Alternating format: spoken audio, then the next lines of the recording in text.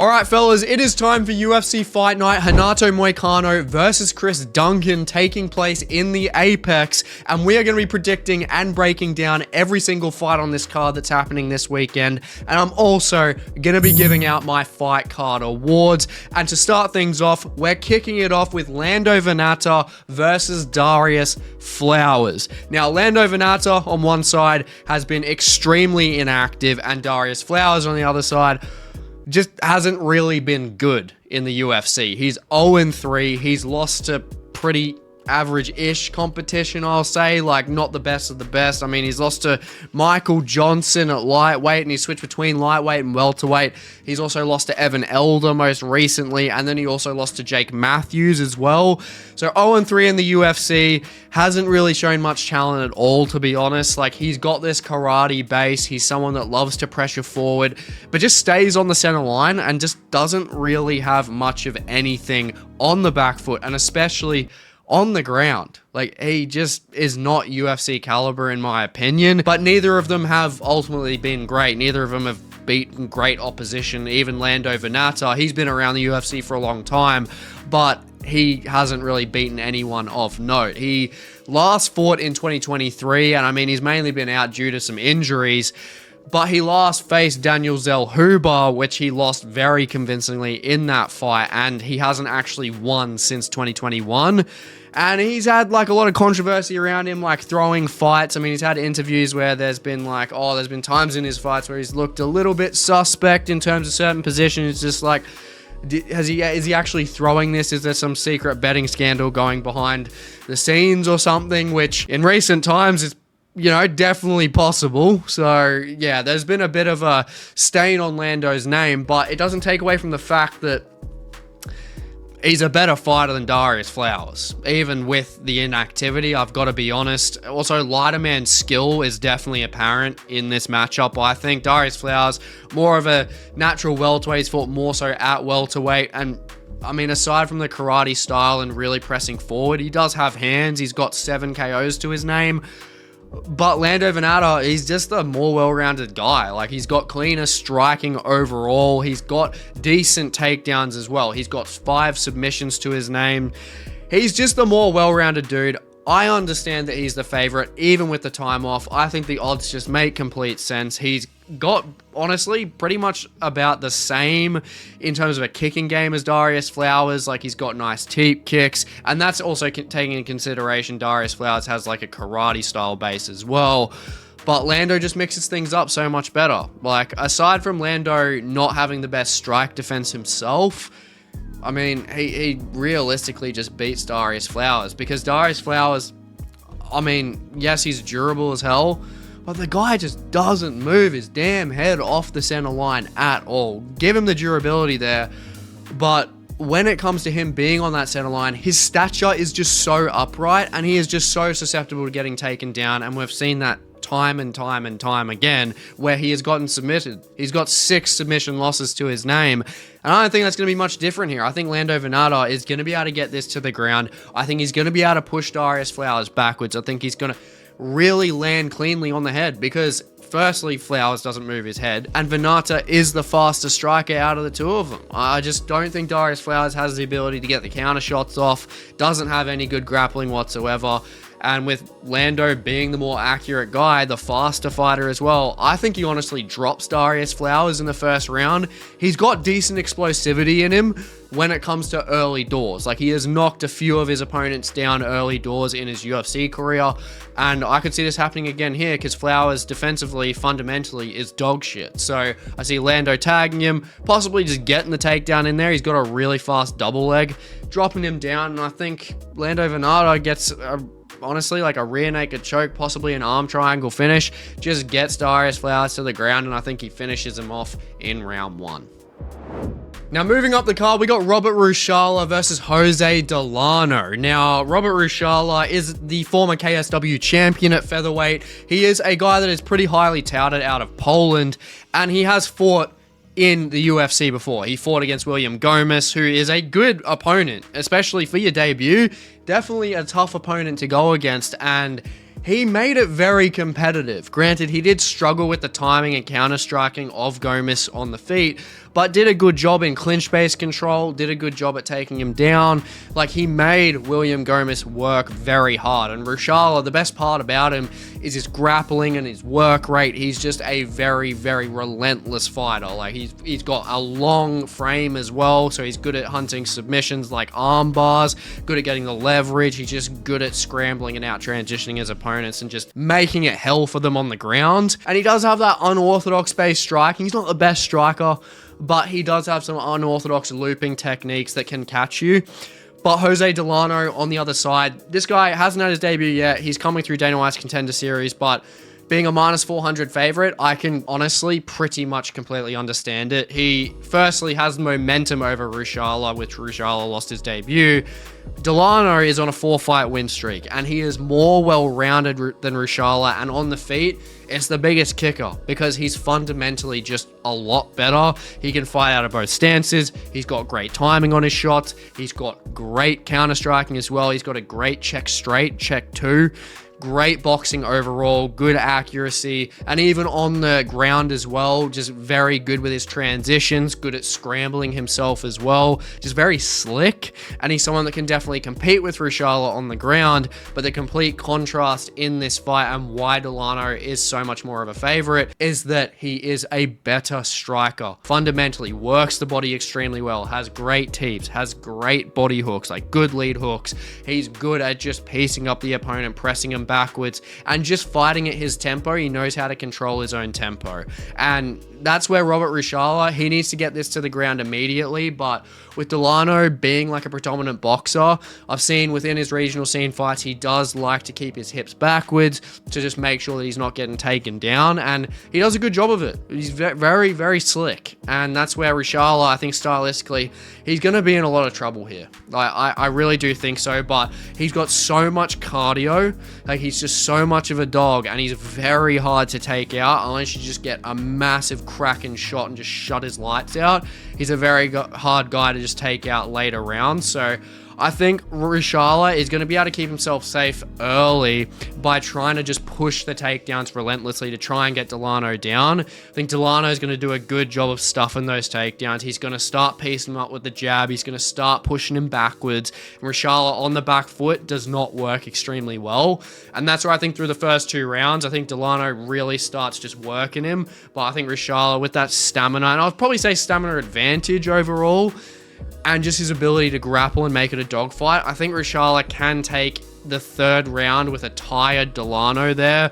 But I think the 1st and 2nd round, I've got to give to Delano here. 29-28 will be a good fight. Look out for this one. Moving up the card, we got Thomas Petersen versus Guillherme Pat. Now, this is a very, very close fight. You can see by the odds here as well. And you've probably seen Thomas Petersen before. I mean, he's fought in the UFC a fair bit now. But when it comes to Guillherme Pat, I mean, he's pretty fresh just in MMA as a pro in general, but he is definitely gifted, extremely athletically gifted. He's got an 81-inch reach. He is a guy that is very quick. He's got good striking at range as well, just good lunging strikes, very good at just keeping a high pace, and he does have that 7-inch reach advantage over Thomas Petersen in this matchup. And if it stays at range, I think Guillherme can seriously work Thomas Petersen, mainly from that strike speed. But Thomas Petersen, man, this guy is more well-rounded from what we have seen. He's more experienced, and yes, he has been inconsistent against Petrino and guys like Shamil Gaziev as well, but those guys can deal with the ground game of Thomas Petersen and were able to close the distance extremely effectively. And that's where Thomas Petersen in this matchup, yes, on the feet, he could struggle and he could get knocked out. But when it comes to him being heavy on top and getting the takedown, he has the advantage on the ground, because Guillherme Pat, from what we've seen, literally non-existent ground game. We don't know. And Thomas Petersen, I think after his couple knockout losses, he's going to be wanting to take this to the ground just to make sure that he can actually save his UFC career. And I really think he's going to utilize a good clinch-based game for starters, but then also just make it dirty with the boxing and take the fight to the ground. And if this was on the feet and was staying on the feet and I saw any form of takedown defense or grappling for Guillherme Pat, I'd be taking him here. I would be. But Petersen, from what we've seen, yes, he is smaller. Yes, he is fatter. Yes, he doesn't have the reach advantage. He doesn't look like he's sculpted by fucking God. But he is a dog. He can take this fight to the ground, and I think he's going to do that. And if he employs his wrestling, I can't go with Guillherme Pat, which we just simply haven't seen. And that's where Thomas Petersen, as long as he's not getting chinned in the first round, I'm going to take him by decision here. I think he gets lit up a bit in the first round, but if he survives it, I think that's where Guillherme Pat really starts to slow down more, and Thomas Petersen really starts to work him in the clinch. Because Guillherme, what we see from him is that when he gets through the first round, he starts to clinch more himself. But the problem with that against a guy like Thomas Petersen, who is going to be that heavier guy, he's going to be pressing you, he's going to be using cleaner, dirtier boxing in range, he's just going to be better in clinch-based situations.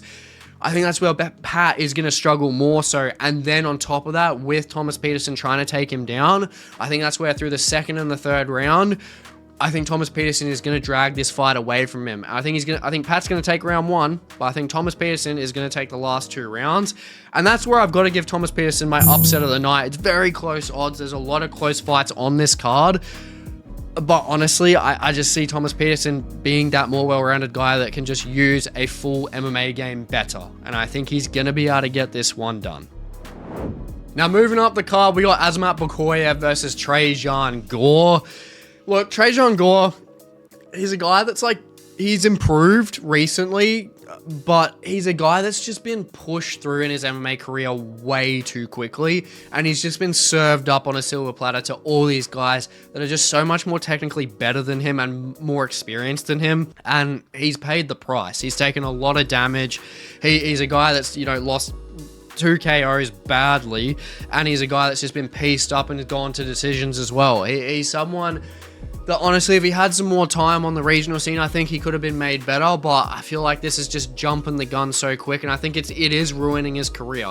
And it's not going to help when you're fighting fucking Azamat Bekoev, especially being hungry, coming off a loss to Yusri Belgorod, which that loss, I mean, I wouldn't be too beat up about that at all. Yusri Belgorod just destroyed Mansour Abdul Malik. He's looking like the next big thing at middleweight. And Azamat Bekoev, I mean, he hung in there all the way through to the end of that third round where he got knocked out standing up. He's someone that's got a lot of grit in him, and he's going to be coming back hungry. And the aim of the game here, pretty plain and simply, Tresean Gore is not Yusri Belgorod. Yes, Azamat Bekoev took some damage there, but Azamat Bekoev is worlds better than this guy, man. 100%. In any facet, he is better. Except for maybe a standing guillotine.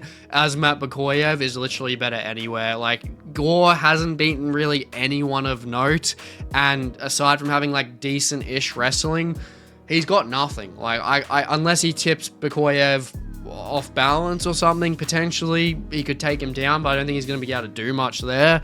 Bekoev is strong. Bekoev has his own wrestling. He's got a good low center of gravity. He is hard as fuck to take down. He's a guy that's got dynamite in his hands. He's knocked out so many guys badly. And just being a well-rounded dude, he's literally just more advanced than Tresean Gore in literally every area of MMA. And him coming off this, I think he is going to absolutely destroy Tresean Gore. And I mean, if you're getting finished by Cody Brundage, Azamat Bekoev is gonna fuck you up, dude. And that is exactly what's gonna happen. You can't really take too much away from Bekoev in losing to Yusri Belgorod. The guy is gonna come in and he is gonna show why he's a minus 450 to almost minus 500 favorite, pretty plain and simply here. They're gonna get into an exchange. Tresean Gore is an aggressive guy. He loves to stay in the pocket. You look at him against Marco Tulio, he's always entertaining and aggressive, but it's his downfall. He just can't take the punishment, especially after all the damage he's taken against a guy like Azamat Bekoev. I'm giving him my Performance of the Night award because this is absolutely finishing in round 1. They're going to get into a heated exchange. Tresean Gore is not going to back up until he gets hurt. Then he gets dropped. Then he gets ground and pounded out, split from consciousness, done. Now moving up the card to a bit more of a closer fight between Dione Barbosa and Melissa Gatto. Now, I do think Melissa Gatto is the more well-rounded of the two of them, but she has been pretty inactive. She's only been fighting around about once a year, and she last fought in the middle of 2024 and beat Tamirez Vidal, who is honestly the worst in the entire division, upper weight class, and then she lost her last 2 fights prior to Ariane Lipski and to Tracy Cortez, who are good opposition at flyweight. They are good fighters. And Melissa, honestly, she does make her fights competitive. She is a well-rounded fighter and is better on the feet than Dione Barbosa. And Dione has had like a similar pattern to her. She's lost to ranked opposition as well in Miranda Maverick and to Karine Silva as well. But she has been a lot more active overall. And I think if this does get to the ground, I think she gets the competitive edge of the submission-based game. But I just think, honestly, even though there's been time away, I just think Gatto is just better on the feet, and statistically it can back it up as well. She's more accurate, she's got the reach advantage, she's got the volume, and I think that's what is going to get her the win here by a hairline. I honestly would not touch this with the betting slips of the 10-foot pole, but I think she's going to get the split decision here. I think it's going to be a split decision either way. I just think she gets the account on the decision. She gets the nod based on volume. I think we know she has like double the output over Dione Barbosa. Barbosa just loves to get the fight to the ground and hunt a submission, which she could 100% do, but Gatto as well has never been finished by a submission. She has a good ground game herself. She's good transitionally too. Melissa Gatto has a good reach advantage over Dione Barbosa. Barbosa is more so one-dimensional, and Melissa Gatto has had more experience overall when it comes to UFC opposition. She's had better caliber of fighters consistently over time. Even though she's been more inconsistent, she has fought more UFC caliber opposition. So her career is just more better suited, and that's where I think she is going to get the split decision win. I think she's probably going to win honestly, probably round 1 and round 2. Then Barbosa probably comes back in round 3 and gets the control. Honestly, we could see that in any of the rounds. It's seriously, it's just a coin toss here. It just depends. If Barbosa is simply not getting this to the ground, Melissa Gatto will outwork her on the feet. Now, moving up the card, we got Alessandro Costa versus Stewart Nicoll. And Stewart Nicoll, this guy, credited BJJ black belt. He's got some decent hands as well, but the guy's on the chopping block. I mean, he got exposed badly in his debut against Jesus Aguilar, got submitted unconscious, which literally just nullified the best part of his game coming into the UFC. So I don't know what that's going to do for his confidence. But we kind of just saw what it did against Lucas Rocha in his next fight. He got completely outworked. He was on the back foot. I think he was pretty rusty in terms of just like, I'm so used to winning on the regional scene. I've just been taken out badly in my debut, and now I'm just getting beaten up against Lucas Rocha in my next fight. And it's putting him on the chopping block. So he's got a big piece of mental warfare going on at the moment, because if he loses this, he could be getting cut. And then Alessandro Costa on the other side. Dude, even though he's been inconsistent, tough matchup to take for Stewart Nicoll. Honestly, Alessandro Costa, he's fought the better competition. In the last 10 years, he's only lost to great opponents in like Amir Albazi, Steve Bloody Erceg, who is literally just a way better version of Stewart Nicoll, and Alden Correa, who is a very, very good prospect coming up. And Alessandro Costa, especially in his wins, we need to look at these too. I mean, you look against Kevin Borjas, absolutely broke down his boxing base with the leg kicks, chewed him to bits, and just minced him. I mean, Alessandro Costa has had some good wins in there, and he's even made the fight against Steve Erceg very, very competitive. And I mean, if he's literally just fighting down at this point against a guy like Stewart Nicoll, and not to mention Alessandro Costa. He's got the power advantage, and yes, it would be pretty even on the ground, very contested, but Costa is more experienced. He's had much more high caliber experience, as I've literally just said. And yes, Stewart Nicoll is well-rounded, but I just think Alessandro Costa is honestly more advanced in every single area, except for like pure offensive submission threat and like double leg takedown offense, which Stewart Nicoll has fantastic timing with. But I just think the power and the timing in the hands of Alessandro Costa, especially being hungry, trying to get back in to try and fight for those rankings, I think he's going to be coming in with a chip on his shoulder. I think this is a terrible matchup for Stewart Nicoll. Honestly, I think Alessandro Costa, especially statistically, being more accurate, having the reach advantage, having the power advantage, dude, I'm taking him by a KO TKO here. Stewart Nicoll's like a volume-based striker, but I hate what I saw against Lucas Rocha. He was so tentative. You can't be tentative in a flyweight matchup. Things move too fast, and especially against a guy like Alessandro Costa, who has that damn power in his hands. And that's where I think they're going to be finding their reads in the first round. But I think Costa just really starts to press, really makes Stewart Nicoll hesitate, really stuffs the takedowns, and that's where I think he's just going to press him against the cage, suffocate him, and then just chin him against the cage. I think it's going to be pretty brutal in the third round. Done. Now, moving up the card, we got Elise Pereira versus Hailey Cohen. I'd say this fight stylistically honestly just makes a lot of sense, to be honest, because both of them are just strikers without too much of a ground game. Hailey Cohen has a little bit of one, but Elise Pereira's is just fucking non-existent, but she is 20 years old. And yes, I think the odds should be split here. I think it's pretty even across the board. To be honest, it's a bit of a coin flip. But when we look at Hailey Cohen, she's been signed to the UFC for years now, but she's been very inactive. She hasn't won a fight since her Dana White Contender Series fight in 2022. And granted, like, she does have the better offensive wrestling, which we did get to see against Nora Cornell in her last fight. But Alice Pereira is the more dangerous fighter, and she does have a strong physical presence. So if it does stay on the feet, I think she can piece Hailey Cohen up. But when she came off that first loss to Montserrat Rendon at the end of last year, I was not impressed at all. Like, if Alice Pereira is not consistently pressing on the front foot and is not getting her way, she sucks. And with there being a 14-year age difference not in her favor, the experience completely goes to Hailey Cohen, obviously. It's just not good having someone like Hailey Cohen who has the ability to get the fight to the ground.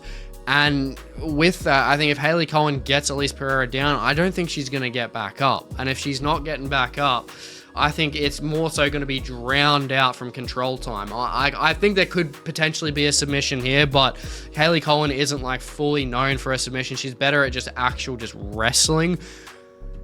Yeah, I'm gonna take her by a decision. I mean, we honestly could get anything here. We could get Elise Pereira TKO, we could get a Hailey Cohen submission, but just to be safe, I think we're just gonna see a lot of clinch-based work with Hailey Cohen against the cage. She's doing a lot of pressing. It's gonna be pretty boring. I think she's just gonna be doing that, trying to get the fight to the ground, closing off Elise, from that striking range that she has and where she is actually dangerous. I think through round 1 and probably like round 3, I think she's going to be able to get the cage control, get the ground control, and take this 29-28. I think Elise Pereira through round 2, she'll start to get a bit more aggressive through round 2 after getting controlled in round 1. She'll start to tag up Hailey Cohen a bit, probably bloody up her face a bit. But I think Cohen pushes forward with that experience, gets the fight to the ground, and I think she wins that 29-28 decision. Moving up the card to Brenson Ribeiro versus Abdul Rakhman Yakhyaev. Oh, my lord. Yeah. We can see the odds here. Is Callum going to disagree with them? Absolutely fucking not. Abdul Rakhman Yakhyaev is a beast, man. This guy just uncomfortably bullied the absolute shit out of Rafael Sequeira and Alec Lorenz on Dana White's Contender Series. Like, just finished them brutally. Both fighters in a minute combined. Just nuts. Now, obviously, there is the point of, we have these great, crazy up-and-coming fighters that have fought either cans, like Rafael Sequeira, or fought guys on Dana White's Contender Series where they just destroy them, but then when they get deeper into the UFC, they get exposed. Now, that could be the case with Abdul Rakhman Yakhyaev moving through. He could get exposed. He hasn't fought any real good competition, but Brenson Ribeiro is not good competition. He's not. Like, he's not UFC caliber himself. Like, he doesn't have great timing on his striking. He's a big presence in the octagon. Does have, like, decent submission game. But Abdul Rakhman Yakhyaev, oh my goodness. The guy's got perfect timing on his strikes. He's so fast as well. He's got great takedown entries. He's very strong. He hasn't shown any weaknesses. And granted, Brenson Ribeiro is better than the guys that Yakhyaev has faced. And this realistically is his toughest competition so far, he's not going to stop Abdul from bulldozing the fuck out of him in the first round, especially with Ribeiro being absolutely fucking terrible on the back foot. He's been made as a lamb to the slaughter now because he's gotten bulldozed in his last 2 fights by Umar C and Azamat Mirzakhanov, which, fair enough, Azamat Mirzakhanov just murders everyone, but I just see it being the same here. I think it's going to be a round 1 flurry, just like some form of looping right hand, just straight over the top of his non-existent guard. Bang, takes him down, knocks him down, ground and pound against the cage, splits him from consciousness. I just don't see anything Ribeiro can do except for try and absolutely leg hump him for 3 rounds, but yeah, I just don't see that happening. Abdul's too fast, and I think he's going to be good with that takedown defense anyway. And also, Abdul does have guillotines and triangle chokes from the bottom as well on the regional scene, so he's got some offense there if it gets there. So, yeah, I think by any means, he's just going to be able to get this KO TKO pretty damn easily in the first round. I think he's going to knock him, split him from consciousness. Probably the easiest lock of the night. I've got to give him my finish of the night award. And not only with that as the finish of the night, I mean, it's pretty clear to say if he's a minus 1,000 favorite, you probably want to be keeping a lookout for him. I'm giving him my fighter to watch award as well. He is just looking like an absolute savage. Going through and getting like a spinning heel kick to then like double legging Rafael Sequeira and then choking him out. It's just abuse. It's not even a sport at this point. It's just fucking physical abuse of another human being. It is vicious, and I see something similar happening in this fight. Now, moving up the fight, we have got one of the most interesting fights on the card, without a doubt. We have got Rafael Estevam versus Ethyn Ewing. Very, very interesting, because we got Ethyn Ewing, who got a great, massive underdog win on short notice against Malcolm Wellmaker, who was like a minus 1,000 favorite, up a weight class.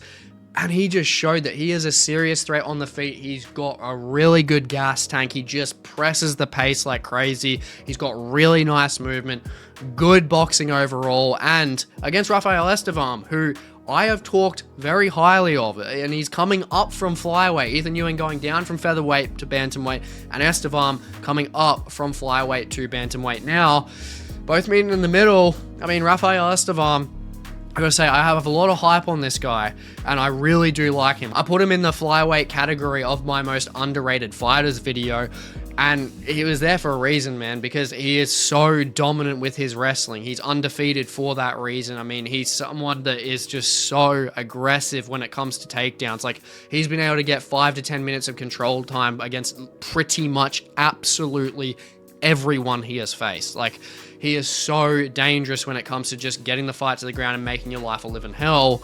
And granted, against Ethyn Ewing, I mean, you could say this with a couple of his opposition, like Charles Johnson. If Ethyn Ewing does stop the takedowns, Rafael Estevam is in trouble. But moving up to bantamweight, I actually like it more so for Rafael Estevam, especially being that heavy kind of wrestler, because he does have a pretty decent frame on him. 5'8" at bantamweight isn't crazy small. And I think him cutting down to flyweight, obviously there's been no cancellations for him when it came to any recent fights for flyweight. So it obviously tells that Rafael Estevam is really struggling to make the flyweight limit. And moving up to bantamweight, I think is a great idea, especially with his style. And when it comes to that just wrestling onslaught, I mean, especially having the bigger frame over Ethyn Ewing. And Ethyn Ewing, obviously, he's got a lot of hype on him now from beating Malcolm Wellmaker. And if he can stuff all the takedowns and keep it on the feet, he can take Rafael Estevam out. He's got nice boxing. But the wrestling contrast, man, is just so evident. Like, Ewing hasn't taken down anyone of note and hasn't shown any submission threat himself. And granted, he did stuff all 3 of Malcolm Wellmaker's takedowns, but Malcolm Wellmaker is not the same as a Rafael Estevam trying to fucking take you down. It's not the same thing. Estevam is very experienced when it comes to just utilizing wrestling, and that is Ethyn Ewing's weakness. Ethyn Ewing has the KO power, but he doesn't have the ground game. And Ethyn's one finish loss is by submission, and that is definitely a possibility for Rafael Estevam, because if Estevam is getting guys that are experienced like Jesus Aguilar and Charles Johnson down, who have better ground games than Ethyn Ewing down at flyweight where he's cutting more weight, Imagine coming up to bantamweight where you're more filled out, you're more strong, you have the cardio against a guy that is even worse on the ground than Charles Johnson and Aguilar. It just spells out one thing. I think it's going to be complete control. Like, he's going to be able to control this fight very well, but I think Ethyn Ewing, especially with his cardio that he has, I think that's where Ethyn Ewing is going to be able to do similar to what Jesus Aguilar did. He's going to be able to press in that second to third round. I think he's going to tag up Estevam. I think he's going to make Estevam dig. I think Estevam's going to get tired to the second to the third round, which he pretty much does in most of his fights. And that's where I think Ethyn, I think he's going to have a good showing in the last half of the fight. I think the control overall is just going to be too much for Estevam here. And I think he's going to take it 29-28, getting round 1 and round 2. And then Ethyn Ewing genuinely almost knocking him out into the third round, but too little too late. But I think with that back and forth, if we get to see that, and if we get to see Ethyn Ewing stuffing any takedowns there, I think we're in for a great fight, and that's where I do have to give this my fight of the night award here. Just a good contrast in styles. Definitely could go either way, especially if Ewing does improve that takedown defense. But yeah, I do think he is going to struggle, but towards the end of it, I think there's going to be some fireworks. Moving up the card, we got Tommy McMillen versus Manolo Zucchini. Now, people are keeping their eyes out for this fight because of Tommy McMillen, who is the hottest young prospect out of the Red Hawk Academy, who is trained by Tim Welch, who looks like an even more ghetto version of Sean O'Malley. And most of all, it's because he's undefeated. He's a very decent grappler, like good base there. He's got a massive frame for featherweight as well. And he also has the height and reach advantage here. I mean, considerably compared to a guy like Manolo Zucchini. And especially when you look at the reach advantage, I mean, Tommy McMillen is a guy that can stick the jab pretty well, keep his distance pretty well. But even though he's got that hype on him, I don't really like his striking, especially at range. Yes, I did say he does have the jab and he can fling it pretty well. But aside from that, I mean, he just gets tagged up at range. Like, he's someone that really struggles against, especially against Magoyan on Dana White's Contender Series. He just really struggled when it came to that distance and getting tagged up against the kickbox. Like, he was really winging his shots back, keeps his chin really high up. He's got a better clinch game. He's got really nice knees. But aside from that, he is just naturally very susceptible on the feet. And unless that's tidied up, he's not going to be going far in the UFC. I've got to be honest here. But when it comes to his submission-based game, he is definitely legit. He's got that frame for it. And just overall, offensively, he is very good. He's someone that has stamina. He's someone that loves to just dig deep, really makes it dirty, really makes it entertaining. He's not like a clean, flashy striker like Sean O'Malley. He's definitely the more dirty, grimy version of him, and just has that ground game advantage realistically. Offensively, when it comes to the feet, when it comes to the ground, especially the ground, decent. But when we look at Manolo Zucchini on the other side, he's like the exact opposite version of Tommy McMillen. Like, he's a stocky guy, doesn't have the reach advantage or anything. He's pretty small for featherweight, but he's that stocky dude that's got that power. He's got 9 KOs to his name and gets most of his finishes in round 1. And I've got to say, on the regional scene, he was looking pretty impressive, but you look at his debut against Morgan Charrier, where he had his one fight, you could just see how evident it was when it came to the opposition caliber. He got absolutely minced on the back foot against Morgan Charrier, and the problem for Manolo is he is probably one of the worst guys I've seen on the back foot. He just does not know what to do with himself when he is pressed backwards. He gets tagged up, he doesn't have great strike defense, doesn't move his head very well. And the guy hasn't fought in 3 years, and I have absolutely no idea why. So if you do know, just leave it in the comments below, because I can't really find anything. But Manolo, offensively, he's very explosive, and he's very unpredictable. He's the fastest striker. He's got good unorthodox crazy shit like flying knees, good bloody high kicks as well. And I think that's why this fight's been made, and it makes a lot of sense. But for as long as it's going to last, I mean, one of these guys is going to get finished, for sure, because both of them are so offensively dominant. They both are. They have to be on the front foot. Whoever is taking the step backwards is going to struggle badly here. And I think we're either looking at a Tommy McMillen submission, or we're looking at a Manolo Zucchini KO. It's one of the two. And I honestly think that the odds should not be this far apart. But I've just seen a lot more susceptibility from Manolo Zucchini, and that is where, even though Tommy McMillen isn't technically impressive at all, to be honest, even though he's got the poor strike defense, the ground game contrast is just massive, and that's why he's such a big favorite here. And with, obviously, in combination with all the hype on him from being in that Red Hawk Academy, being Sean O'Malley's training partner. But when it comes to his output over 3 rounds, he can take it deeper than Zucchini if he needs to. And when it comes to the ground game itself, yeah, it's just a complete night and day difference. And that's where I think McMillen is going to get this fight to the ground. He's going to get the takedowns. He's going to get through Zucchini. He's going to drag him to the ground. And that's where I think he's just going to be able to hunt a submission, out-transition him completely, and take him out in the first round via a choke. Now, moving up the card to the co-main event, we got Virna Jandiroba versus Tabatha Ricci. Now, Virna Jandiroba is only just a favorite here, and I think that that is honestly fair considering their caliber of opposition and just their performances in general. But I'm calling it right now. I'm not going to be surprised if Tabatha Ricci just draws over to a favorite. I don't know why, but it happens a lot. And I think Tabatha Ricci is fairly impressive at times, but she's had a pretty controversial career that's just kind of pissed me off, to be honest. Like, she's had a lot of split decision wins where I personally think they shouldn't have gone her way, and she just does get these favorable matchups without realistically earning it that well. And Virna Jandiroba, I mean, if she implements the right damn game plan, she can win pretty decisively here. And that's where it is a struggle, and it was just frustrating with Virna Jandiroba against Mackenzie Dern, is that she won 5 fights in a row, implemented her game plan so perfectly, and then she lost to Mackenzie Dern because she didn't utilize her wrestling early enough. And by the time she was utilizing it, by like the 3rd to the 4th round, she was getting those takedowns stuffed, and then she was getting outstruck. And that's where it's just really frustrating, and you can never tell.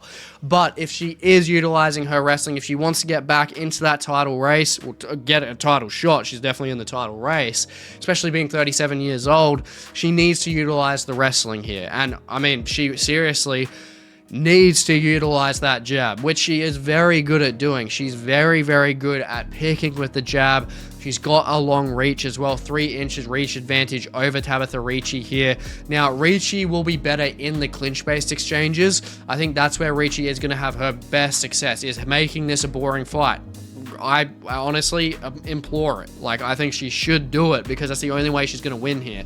I don't think that she can consistently outstrike Virna at range, especially with Virna's timing on her jab and that 3-inch reach advantage. And on the ground, she's not out transitioning Virna Jandiroba. If it gets to the ground consistently, Virna's going to submit her. Like, I'm very, very confident in that.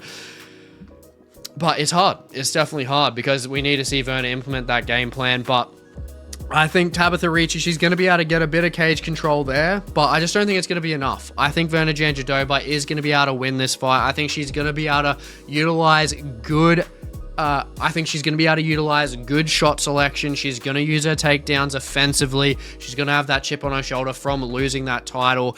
And yes, I think Ricci is going to find some success in the clinch. But aside from that, I think Virna Jandiroba is going to outwork her on the feet at range. And I think she's going to be able to out-transition her on the ground.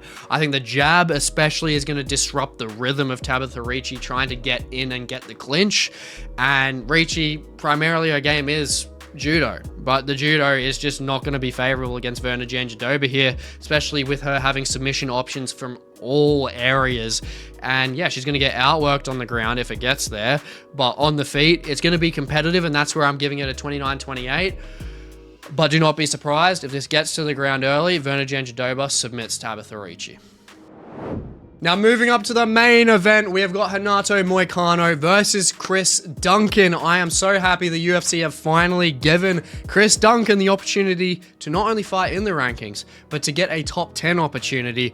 And honestly, with the UFC really basing fighters getting what they want on being entertaining and getting finishes, Chris Duncan just completely fits that. Like, he 100% has been one of the most entertaining fighters in the lightweight division and in the UFC, to be honest, because the guy's gone from losing by a submission to Manuel Torres to then submitting Balaji Oki to bullying Jordan Vucenic, getting him cut as well, and then he goes to an absolute fucking war against Mateusz Rebecki, and then also has a fucking barn burner against Terrence McKinney and submits him. Like, he's just in all these wars, but he's showing such great technical abilities while in these wars as well. He's so good at just picking those great, just decisive shots under fire. And that's something that he's going to be able to do against Renato Moicano, but more so to the point, I think the fact that he's so damn gritty and that he's shown well-rounded tools to the point that he has in his career now, being in his prime, this is not going to be an easy fight for Renato Moicano, but Renato Moicano is in the top 10 for a reason. He isn't the easiest guy to beat because he's tricky, because he's had better actual experience overall in his career. But I will say the kicker for both of these guys, yes, Renato Moicano is definitely the better submission-based expert overall, but when it comes to the techniques of grappling on the ground, they're much more readable. You know, you can really plan for someone and what techniques they use on the ground because there's just simple black and white points to really stop a submission on the ground. You transition to a certain point going from A to B to avoid C and D. But when it comes to being on the feet, that's where it's definitely more difficult in terms of reads because you can implement different things, different timing. There's a lot of different factors on the feet. And Chris Duncan has the power advantage without a doubt. And the problem here is for Moicano is that they both train out of the same gym at American Top Team. And it'll just be really interesting to see how they both prepare. And I think Chris Duncan can prepare for Renato Moicano's game better than Moicano can prepare for Chris Duncan's game because of the punishing power that Duncan has over a guy like Moicano. And realistically, Moicano has to get this to the ground. He has to get it to the ground and has to get Chris Duncan out of there without falling into a guillotine. Because if he gets it to the ground, I think that he can submit Chris Duncan. I will be pretty confident of that. I think transitionally, he is just better than him.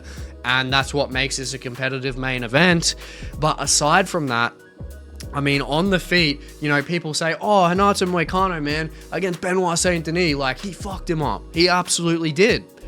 But Renato Moicano against Chris Duncan, Duncan has better strike defense than a guy like Benoit Saint Denis. Benoit Saint Denis' hands are not great. He's got great kicks, but yeah, it's not good. And Chris Duncan has shown better, tighter defense and patience even in the wildest of firefights against Rebecki, against Terrence McKinney, and that's why he's been able to win those fights.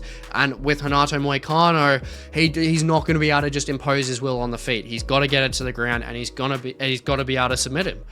But the actual impact and damage of Chris Duncan on the feet is going to produce the deciding factor here. That damage is just so evident because even against Rebecki was actually able to outwork Chris Duncan in that fight, but the damage that Chris Duncan was accumulating won that fight for him, and he's knocked down almost every fucking opponent he's fought in the UFC and just has so much stiff power. And Renato Moicano is so droppable. We've seen that against Jalen Turner. We've seen that against fucking Beneil Dariush.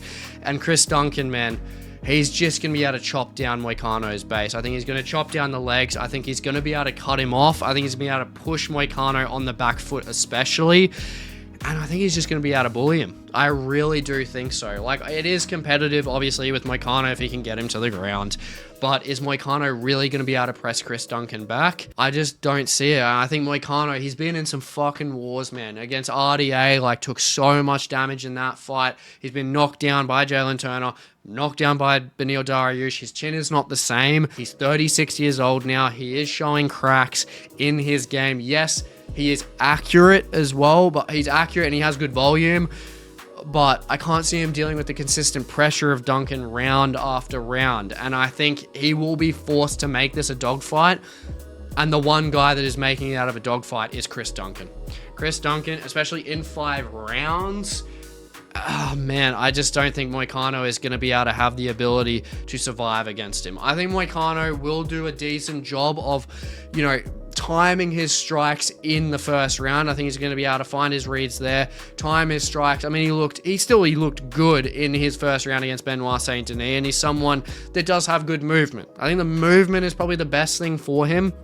And I think within that first round, he's going to show that. I think he's going to get tagged up a little bit in the first round, but I think moving into the second round, if he's not taking Chris Duncan down, which I don't think he is, I think he just gets pummeled. I think he gets pummeled by Chris Duncan. I think he's going to get taken out in either the end of the second round or at the start of the third round where he's already taken a cumulative damage. And Chris Duncan, I think, just lays him out against the cage, pushes him on the back foot. He's not going to be able to press and get a penetration step to take Chris Duncan down while he's on the back foot. And Duncan's just going to take him out. Stylistically, especially coming out of the same training camps, bad matchup for Renato Moicano. I think Chris Duncan is going to prove it and cement himself in the top 10 of the lightweight division, where I think he rightfully deserves. Now, I really hope you enjoyed this predictions video, and please let me know down below of any changes you would have in this card. Let me know which fights you are most keen for. I love chatting to you guys in the comments below. But if you haven't already, definitely just check out the video here on the screen, and please like, comment, subscribe. It goes a long way for the channel, and I will hope to catch you in the next one.